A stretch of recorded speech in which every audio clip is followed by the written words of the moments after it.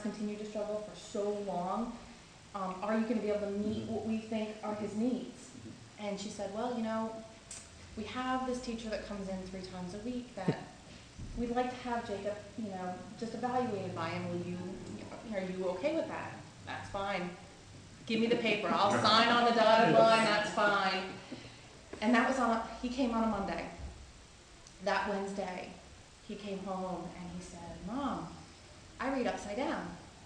I said, you do what? He said, I read upside down. I said, oh no. Really?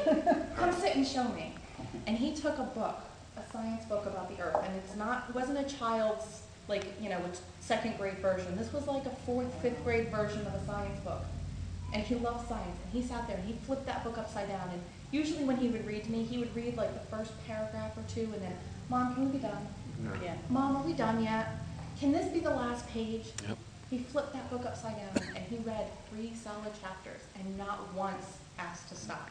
He just, numbers and everything. Numbers weren't even flipped. He read them just completely normally. And I almost cried. I sat there and I'm like, that's amazing. My son, who... Good family. Right. Yes. For the first time, was able to read normally. Yeah. You know, the way we take it for granted. And, you know, I never struggled in school. I never had a hard time reading and writing. And so for me, trying to teach him was always... I was so frustrated because I didn't understand why he didn't get it. Well, it's heart-wrenching to see a child struggle. That's heart-wrenching. Yep.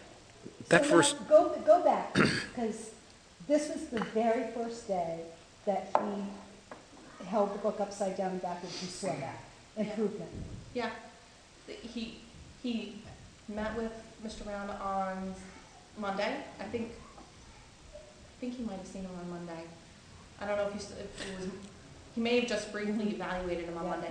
And then Wednesday was really the first day that he actively did this. And he was amazed. Like, Jacob was just amazed. And then we started with the inverting the print.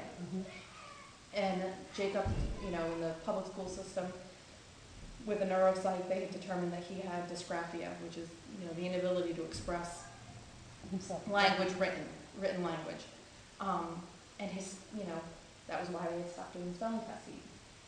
His spacing was all over the place. His letters was big and little, and you really couldn't read it backwards and all that kind of stuff. And he flipped the paper around and he started writing inverted, and he's been getting hundreds on spelling tests. And they're on level. The spelling tests are 4th or 5th grade words. And it's not modified words. It's not words from 3rd grade. He's working on 4th grade level words, and he's just inverted them. And, you know, it's like we always knew, you're a smart kid. Yeah. You know, you're very smart. And that's what happens, because you have smart kids who just have the difficulty to perceive print in what we consider the normal fashion. Yeah. You know, and all they need is that one little twist of the book, and they might be able to be successful that way. That first day, when I turned it over, I said, why don't we give it a try like this? He says, I can do it like that. So evidently, without even telling you, he must have experimented on his own, because he knew he could do it. Yeah, and you know what? I was thinking about that because we'd had that conversation, and I went back to pictures of him, because when he was little, he would always sit there with a book. He would always see him with a book. I went back to the pictures and I looked at him, and the books, sure enough, were upside down. Oh my goodness. And I was one of those people that went and turned the book. We all did that, yes. That's the way you read, you know, and turned the book on him. And all along, like, all the books are upside down in all of his pictures. Because we just assumed that what was normal for us would be normal for everybody. We made our own assumptions. Right. Well, what I used to get from when I was in public school, I had 5 kids. And the special ed, we want you to stop teaching them how to read and how to write upside down. I said, how can you teach somebody to do that? Right. Why would you teach somebody to do that, you know? I mean, it's impossible to teach them. It's their own normal way of perceiving the print. Exactly.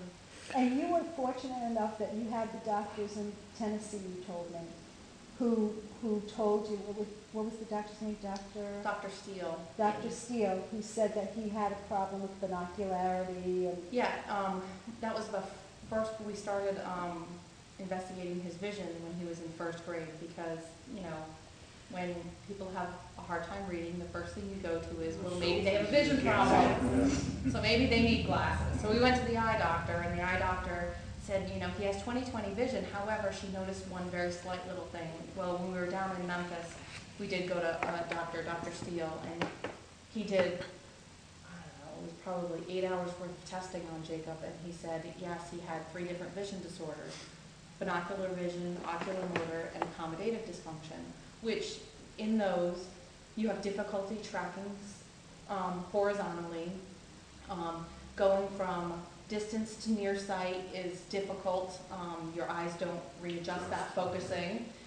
So all the things that you would have in a classroom were right there. Like, this is why class is so hard for him, you know? And so we knew, and even with that, the teachers, you know, nobody got it. What they would do is, because he would be the child that would be sitting there with a book, and he would be doing this. and you would think he would almost go underneath his desk to read, you know? And the teacher most likely is saying, please sit up. Yeah. Yes. You know, What are you doing now? Please lift up your head. Yeah. You can't read that way, you need to sit up. Yes. And that's what they would be cueing him to do constantly. And as I said, that's what I used to do. And I cringe to think that I used to do that. Well, I've done it with Because him. my eyes weren't open to this, you know, but once your eyes are open to this, why go backwards? There's no reason to go backwards. Right. There's no reason in this world to be closed-minded when it comes to children and their futures. No reason at all. And I find that when he reads inverted, he doesn't have to do this.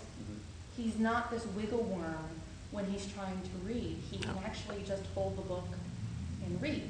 You know, he doesn't have to constantly be moving his head to read, make his eyes readjust. Well, I have to leave because I have to go outside and meet my granddaughter who's being dropped off to me. But I'll be outside with her, but I do want to thank you, and I want to, before I leave, I want to thank you, and it was a real pleasure to talk to all of you and to share all of your ideas. Thank you.